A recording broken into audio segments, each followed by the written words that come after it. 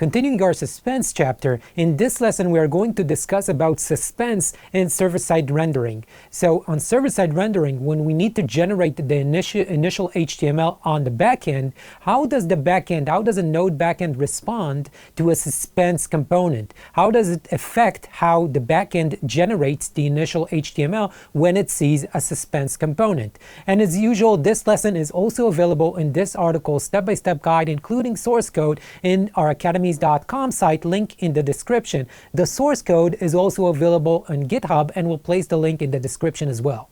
Let's start by doing a quick recap about suspense. We also have a lesson about suspense, link in the description. I encourage you to see the basic lesson of suspense before moving forward, but let's do a quick recap about how suspense is working. Suspense is a component that wraps part of your subtree, part of your tree of components, and the component that suspense is wrapping are usually async components, those components that need a bit more time before they can render the UI. It's often that those components need additional data from a server before they can render their UI. So suspense is going to wrap those components, and those async components, what they can do, suspense has a very similar API to error boundary, only except of throwing an error, it allows the components that it's wrapping to throw a promise, and suspense will collect all the promises from the components that suspense is wrapping, and while those promises are pending, suspense will display the fallback. When all of the promises are resolved, suspense will display the children. If one of the promises is rejected, suspense will throw the error to the closest error boundary.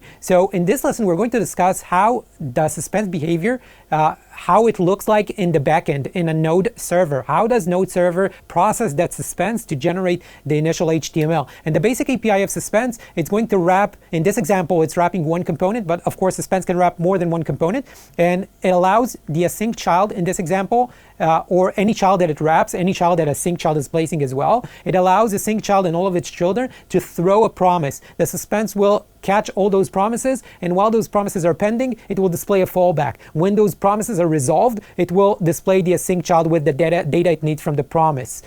So I encourage you to see our basic lesson about suspense as well before moving forward, but this is the basic of how the basic API of suspense. Our goal in this lesson is to understand how suspense behaves in server-side rendering. So let's do a recap about server-side rendering. And basically we have different kinds of rendering. We have static site generation, server-side rendering, client rendering. Let's talk about those three types for a second. Static site generation and server-side rendering are both happening on the node, on the backend, where the node backend is going to create the initial HTML. Now, static site generation is if your node backend can create the initial HTML during build time. This means that the initial HTML will remain constant for all the users, while server-side rendering means you are going to create the initial HTML during a request that is entering your site. During a user is now entering, I'm going to generate an HTML for that user, per user. This happens when you need to generate specific HTML for each user. Now, we are going to talk in this lesson about server-side rendering. We're not going to talk about static site generation. There is a special kind of site where the HTML remains the same, where you can use static site generation, and obviously if you can choose static site generation, if your site is the same HTML for all user, choose that. But I think the amount of sites that usually you can create static site generation is pretty limited. So the most common case is doing server-side rendering HTML per a request that is entering, and this is what we're going to talk about in this lesson. You also have client rendering, but this happens with your client JavaScript, that your React will render the screen. And we're going to talk about server-side rendering. So with server-side rendering, the node need to run your React code, understand your React components, and generate from the React component the initial HTML that the user will see on the screen. Now the server, if it's done on the backend, think about it like this. The server, the backend, needs to render React components, create the initial components. Now the same backend can do the API calls, can fetch data from your, I don't know, REST server, GraphQL server, TRPC, whatever you use to communicate with from your backend to the front end. Your backend can also make those API calls. But the backend makes those API calls much faster, especially if your user is using like a 3G or a slow internet connection. Your backend is usually sits on the same VPC, with a very fast connection, so it makes those calls very fast. You often can also make the backend interact with the database directly without doing those calls, so it can be even faster in this way. So the backend can fetch data faster than the client. So the backend can render the initial HTML with data from your API. So you display the initial HTML much faster than what the user would do if it needs to grab the full render in the client, the full screen. You can do it much faster in the backend. So when the browser gets the HTML, it gets the HTML from the server with all the data, and the user actually sees a screen. It's not simply sees a loading screen, it actually sees screen with content from your API call. So it can actually understand before his JavaScript is even loaded, he can understand what your site is all about. And this, we can use this technique to keep the user in the site, because often the users don't have much patience. So if they have to wait too long for the JavaScript to load, for the screen to render, they often will bounce from your site. And this is how basically server-side rendering, let's examine this diagram of server-side rendering. So a user is typing your site. Let's say user is entering academies.com. So he's typing in the URL academies.com. This is the start where your server is getting a request. Now your server can do API calls. This is the blue first part. Your server can do API calls to fetch data from the database, from your API, from your GraphQL, from your REST API, from whatever you use for communication of data. So he can fetch that data, but he fetches that data really fast. And then your server can use that data to generate a full HTML for the client. He will send that HTML to the client. Now the client will see a full HTML of the screen, and while the client sees the screen, the client will render the HTML, then see a full screen. And while the client sees the screen, the JavaScript files are downloaded. This is the pink part. So the JavaScript files are downloaded, and then the HTML that is rendered, the screen that is rendered, the JavaScript will do something that is called hydration. It will add an event for the forms, for the buttons, and basically takes in charge. The JavaScript files will take charge of the current screen that is rendered with the HTML. Now there's a few concepts that we need to understand here. So it's time to first byte, first contentful paint, and time to interactives. So time to first byte is when the server sends, the server needs to process some data before sending a response back. So time to first byte is the first response. We'll see later that a response doesn't have to be a one-time response. It could be a response after 1 second, additional response, and after a few seconds, additional response. So time to first byte is the first interaction of response that you're getting from the server. First contentful paint is a significant paint of the screen. Like you render an HTML, not just a loading spinner, just a contentful paint means that you render on the screen something significant. And time to first interactive is when the user can interact with your site, can press a button, complete, submit a form, and this can only happen after he downloads the entire JavaScript file. So if going over the performance terms that we're going to talk about in this lesson and how to improve those terms, time to first byte is the time after request is sent for the first byte to arrive from the server. So the time you wait for response for the first byte you're getting from a response. First contentful paint is the time for first piece of primary content to be rendered on the screen. Not talking about spinner, actual something that you can see on the screen to understand what the site is about. And time to interactive, when the user can perform actions and actually interact with the site. Not just read content, but actually do something with the site. And we're going to talk about these terms to improve the performance for our user interaction and user experience in our site. Now that we had a recap about Suspense and we had a recap about server-side rendering, it's time to code a bit and try to play with Suspense on server-side rendering. Now, the easiest way to start a React project with server-side rendering, in my opinion, is to start a NextJS project. So let's start a NextJS project. And what I want to show in this project is what happens if we do not use Suspense. You might have a problem with time to first byte issue. So I want to create a next app, and then I want to mimic like my components are async and my components need data, and I'm not wrapping those components with Suspense, and then I want to see what might happen if I do not understand what Suspense is doing in server-side rendering. So let's start a new NextJS project, and I'll open my terminal. The easiest way to start a NextJS project is to use their CLI npx create next app. Let's take the latest version, and this will create a new next application. It will ask me a few questions. Let's answer it. Yes, at the time of this recording, we are using Next version 14.1.0. Yes, we want to proceed. our project name, let's say demo suspense SSR. Would we like to use TypeScript? No, let's keep it simple. Focus on JavaScript and Suspense. Let's not include any types or TypeScript, so no. Would you like to use ESLint? No. Would you like to use Tailwind? We're not going to focus on CSS, so no need to complicate things, although Tailwind is awesome. I'll choose no. Would you like to use source directory? No. And would you like to use the app router? Yes. The app router is the new navigation using the app directory. Would you like to customize the default import alias? No, we're not going to have too much import, so no need to do that as well. Let's give it a second to create a project and then open the project in VS Code.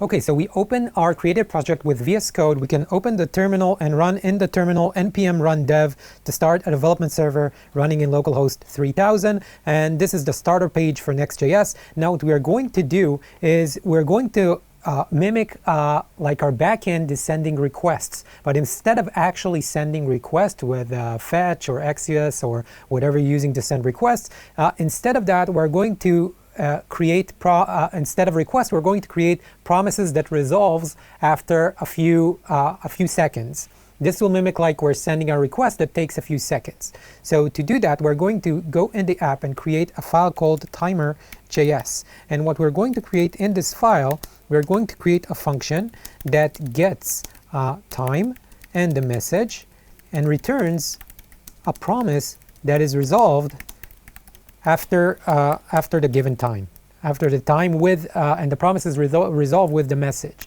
So we're going to export a function called createTimerPromise, and this function will get time, that's a number, and a message which is a string, and it's going to return a promise that is going to be resolved after the time that is passed with the message that we are sending.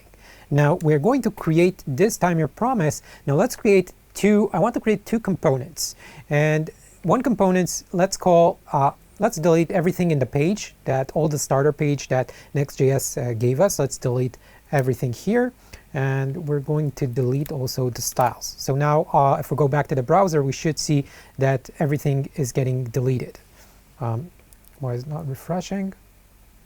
Let's see if our server is running. Oh, sorry, I forgot to remove also the class name style main. Okay, so we should see blank here. Okay, so now let's create two components. I want to create components that is called long and a component that is called short.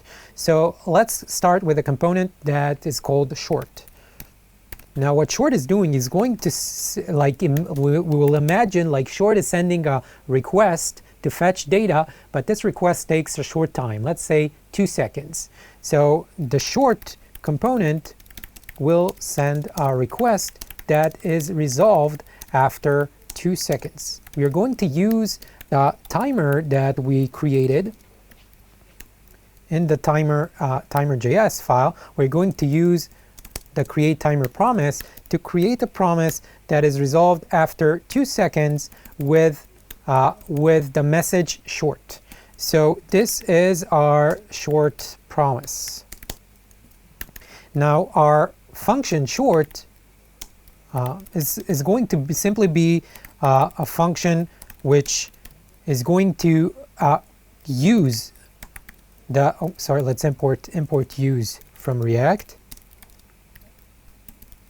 So use allows me to extract the content of a promise, and if that content is not available, then it will throw the promise to any catching suspense. So I'm going to use and wrap the short $. Now this is available because we're using Next.js, and if you're using create a React app to start your project, you'll have to update to the Canary version of React.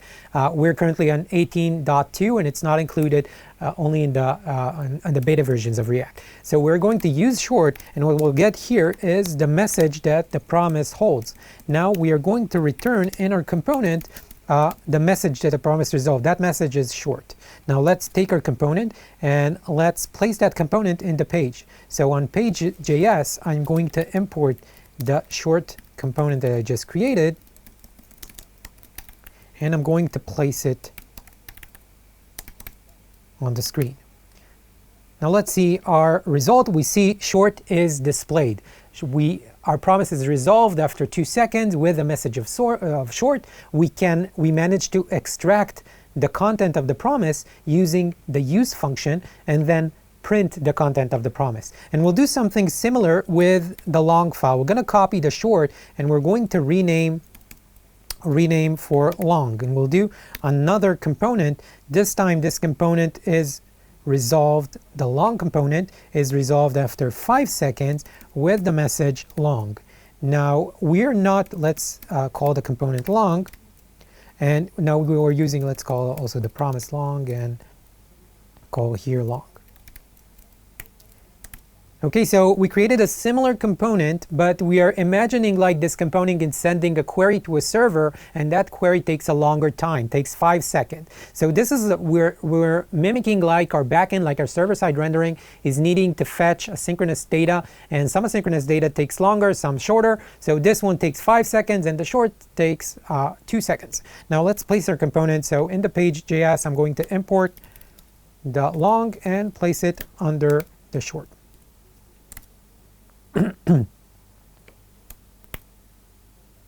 Okay, so now we see the long as well. Now what I want to do is I want to take the app that I just created and I want to examine the network to see how long does it take for the server side to generate the backend HTML and send me the response. How long does it take? Is it take 2 seconds or does it take 5 seconds? And let's examine the user experience when we have a component that sends a short request and a component that sends a long request.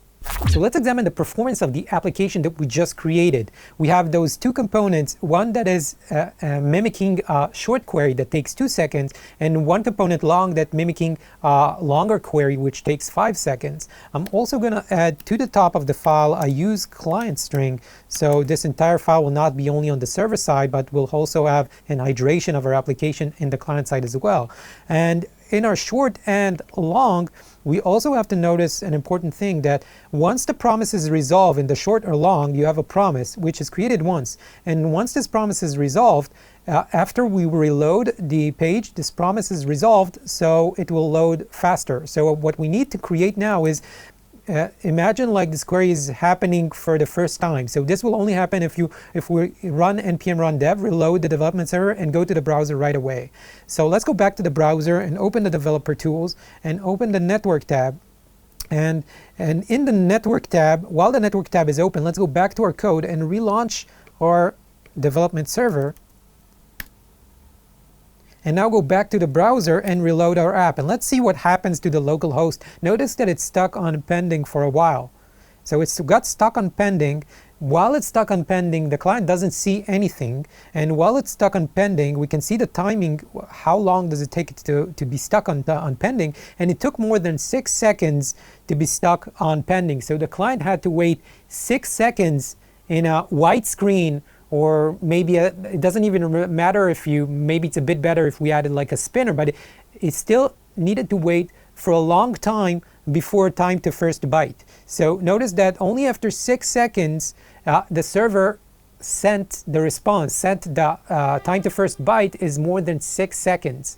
And we can do a lot better than that, and a lot of the user will bounce away if your site takes that long to load. This is why it's important to understand how Suspense acts on the server side, because we can use Suspense to actually increase make better performance and make better time to first byte in our application. So in the example we just saw, we saw there was a problem with time to first byte, where the server-side rendering did not actually accelerate our app. Rather, we had in the server side wait for the longest query to finish before we can generate the first byte of response. And this caused a user experience which wasn't that good in our site, where the user had to wait for the longest query. And this was time to first byte on server side was a problem before React version 16.8, before Suspense had a good server-side rendering support. But now, since React version 16.8, we can actually improve the performance of our app. Our user does not have to wait those 5 seconds for the long query before he sees the first byte. So how can we solve our problem, our time to first byte problem? So before we understand how to solve our problem, we have to understand a concept in web called streaming HTML. When we stream HTML, it means that we don't have to give the entire response right away, 100% of the response right away.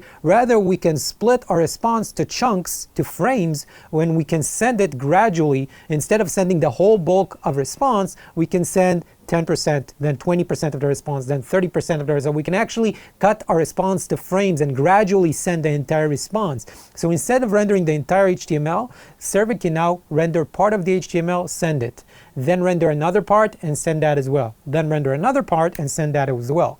When we're talking about part of the HTML, it's usually referred to as a frame or a chunk. So a frame or a chunk, this is one portion of the response, a part of the response that the server wants to send to the client. Now, server can progressively render the HTML in more than one frame, so he doesn't have to send the entire response. He can send the response frame by frame or chunk by chunk to the client. And client will not have to wait for the entire chunks to arrive. The client can render the response on each chunk. So it doesn't have to wait for all the frames to end. The client can render when he receives a frame, then render again when it receives another frame, then render again. So progressively the client can see an image before the entire response is getting to the client. And it makes the app, obviously it makes the app more responsive. The time to first byte is faster. The user sees the website, even parts of it, because it's framed, so he sees parts of the website, but he actually sees the website, those parts faster. And it's also easier on the server. Think about that. The server does not have to generate the entire HTML and preserve that entire HTML in memory. Rather, the server can render part of the HTML and send it, and then it's less populating the memory of the server, and it's much easier for the server to process those kinds of responses as well. So how can that help us solve our problem? So instead of generating one response at the end of the long query, we can take our response and stream it, make a frame after 2 seconds after the short query, and then make another frame after the long query of the entire HTML. So we can take our time to first byte, and actually instead of one response, we can start sending response after 2 seconds. By that, making our app much more user experience, much better user experience for our user, which they see the screen much faster than before. Let's code an example of streaming HTML, and we'll make a simple example of streaming HTML. We're gonna keep React and Next.js aside for a second and just do a server side using ExpressJS. Don't worry, you don't have to know a lot about ExpressJS. It's gonna be a really simple code just to demonstrate a simple HTML streaming. So we're going to create a simple server using Express, and we'll create a very simple streaming of HTML. So to do that, let's go open the terminal and let's create an empty directory, and let's name this directory demo streaming HTML. And I'm going to cd into this directory that I just created, and I'm going to initialize npm. We need to install ExpressJS using npm install express. So I'm going to initiate npm. So I'm going to do npm init -- yes. And I'm going to npm install express. So npm I express to install express. After this, let's open this directory with our IDE, with VS Code, and let's write a simple server with Express that is streaming HTML, streaming simple text to the client. Okay, so we created our empty project and installed Express. Now let's create a simple entry point file for our Express server, and we are going to import from Express the main function, the main creation function of an Express application. And I'm going to create the application, and I'm going to open a server at, let's say, port 3001. And after the server is opened, we will console log that the server is now running. Now I'm going to create in my server a single route at the root. And what I'm going to do is I'm going to stream HTML content. So in order to do that, I'm going to say that my response is of type text HTML, because that's what our Next.js will return, text HTML response, an HTML response basically. And I'm going to set it and a header that we are transferring our response in chunks. So let's say set header text HTML. So it's response dot, I think it's set header, content type text HTML. And I'll also set response is chunked. Response dot, and it's transfer encoding chunked.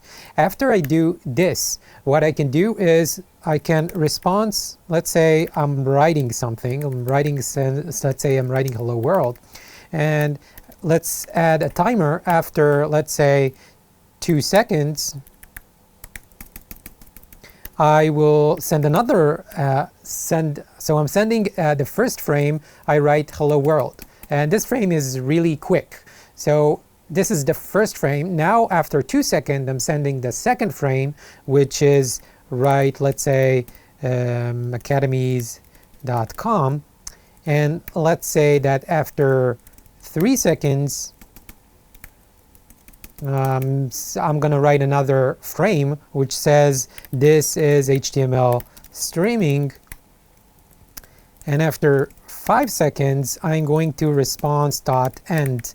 And that's it. Close the stream. So basically, I can stream the content frame by frame. The hello world is the first frame. After 2 seconds, I'm sending academies.com. That's the second frame. I'll receive after 2 seconds. And after 3 seconds, I get the third frame. And after, let's say, 4 seconds, I'm going to end the stream. And let's see how it looks. Let's try to run our code. So what I'll do, I'll open the terminal, and then I'm going to run node main.js, and then I'm going to open my browser at localhost 3001. Now, when I do that, I want to do a few things. I want to open the developer tools. Let's clear everything up. I want to also open the option in developer that's group by frame and screenshot, so we can see the different frames of the response. Now let's reload and see what happens. Notice that after 2 seconds, 3 seconds, 4 seconds, and notice that also the response was, text was added to the response. Let's see this again. And this time I'm going to zoom in. Hello world. After a few seconds, academies.com. A few seconds, this is HTML streaming, and this is closing. And if we see the local host, we can see the timing here. So let's see, the timing here is content download after 4 seconds. Let's see. So the response is finished after 4 seconds. So let's see the different frames, but we see the different frames here. That's okay. Let's start from scratch now.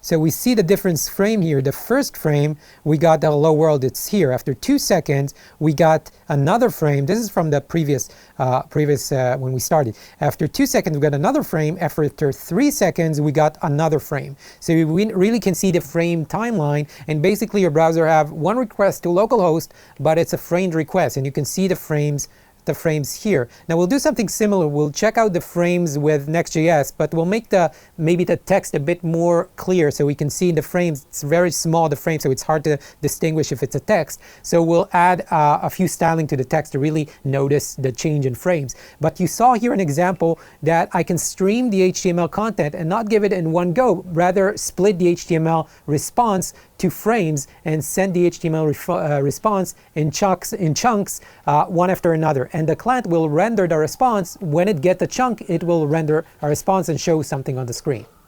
So let's try to connect everything together. Let's try to connect server-side rendering with Suspense and what we learn about streaming HTML. So when you're doing server-side rendering, it means that your node server need to evaluate your React components in order to create the initial HTML. So the question is, when your node server stumbles on a Suspense component, how does the server translate that Suspense to HTML? And the answer is that the server translates Suspense to streaming of HTML. So when the server looks at Suspense component, it knows that it needs to stream HTML. So what it does, it creates a frame for the fallback in the fallback prop in the suspense. While the promise is pending, it creates a frame with the fallback prop.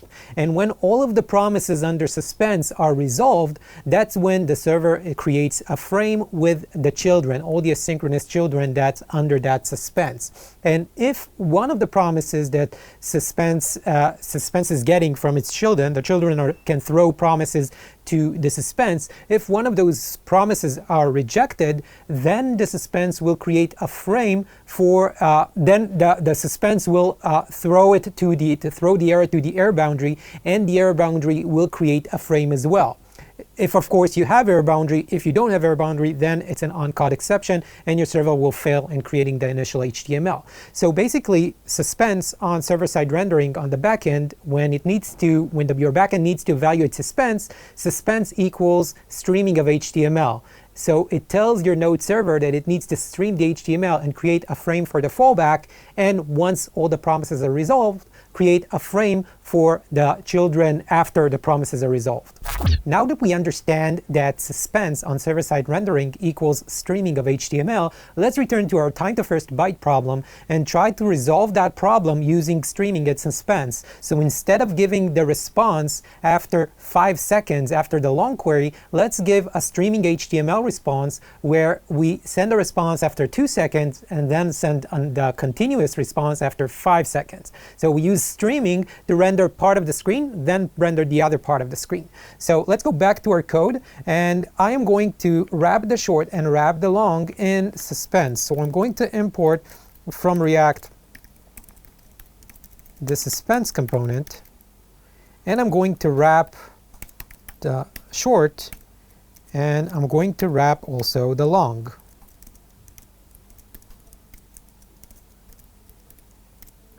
And I'm going to create a fallback. So let's say the fallback is going to render a frame displaying, let's say, displaying h1 loading short. This is for the first suspense, and we'll make it so we can distinguish the frame when we check things in the developer tools. Let's add a bit of styling to style every frame in a different color. So let's add a font size of, let's say, 30 pixels, and let's say the color here is red. Now I'm going to copy this fallback and add it for the long. This time I will write loading long, and the color will be, let's say, blue. And I'm going to go to the long and short, and to distinguish everything, I'm going to add a style as well. So I'm going to add a style of also font size of 30 pixels. Okay, and also let's add color of green to the long, and also add, let's copy this style, and for the short do something similar as well, and let's color it in orange. Okay, so let's check our app now. Again, remember, the promises after they evaluate, the second response will be quicker because they are created only once. So we'll close the development server. We'll go back to the browser. We are going to open the developer tools, group by frame and screenshot, and let's check everything is working. And let's go back. Let's start our development server. Let's go back and reload, and then check the streaming. How does the streaming look like? Notice that loading, then short, then loading, then long. So the user does not have to wait a lot. He actually waits the shorter query. And if we examine the frames, we see that the first frame is this. We have loading short, loading long. So after, let's do that again so we can see the timetable easier. Let's do npm run dev and run it again. And this time we can examine the frame. After 1 second, this is the first frame, we have loading short, loading long. The second frame is after about 2 seconds after the first. That's the short query. We get a frame with short, and we keep on getting loading long. So the user got the first frame. He already got the first query, and he can read part of the content of the site. Now, after 5 seconds, we see short and long. And if we examine the request, we can see that the request took the moment the user waited is about 1 second. The user waited for the time to first byte, but the entire request took longer than that. The overall request took almost 6 seconds, but the user saw a response much quicker. So we managed to stream the response. Instead of waiting 5 seconds, the user now waited for the short query and got his content faster. So after React version 16.8, you need to improve your server-side rendering by streaming the initial HTML. Now you stream the initial HTML using Suspense. This allows you to stream the HTML with frames, and as you get a query, you can send a frame to the user. So the user has a much better user experience with the server-side rendering part of your app. So to summarize this lesson, we need our site to load fast. We need the initial HTML to generate on the backend and be created fast so the user can quickly see content on our site and can quickly understand what our site is all about. Even if the site is not yet interactive, it is important to generate that HTML on the server side as quick as possible. Now we have to realize also that the queries that our server is sending will be much quicker than the client. So our server can load data quicker than the client. So we can utilize this fact to generate content in the server fast, stream that content to the client to generate response quick, and then the user will see content in your site as quick as possible. So we have to optimize the generation of the initial HTML to optimize our server-side rendering process. So using this technique, you can optimize your first contentful paint. You can reduce the time that you start drawing significant things on the screen. And you do that by wrapping your components in Suspense, and thus you're creating frames, and each time that frame is created on the backend, it will be sent on the client, and then gradually the client will begin to see content as every Suspense promises are resolved. The client will start gradually seeing more and more content. And he will start seeing content at a very earlier stage. So you're really optimizing the performance of your site. So basically what you're doing, you're splitting the first contentful paint and you start drawing the first frame as quickly as possible. And the server will quickly do the other queries and send the frames when they are ready. And the clients can see content at a faster pace. So what we do is we control the streaming of HTML using the Suspense component. You create those frames on the backend, those streaming frames in the streaming HTML using Suspense component. That's it. Thank you for listening. As usual, this lesson is also available written in academies.com. Link is in the description. I will also add the source code in the description. So make sure to like and subscribe. And that's it. Thank you for listening.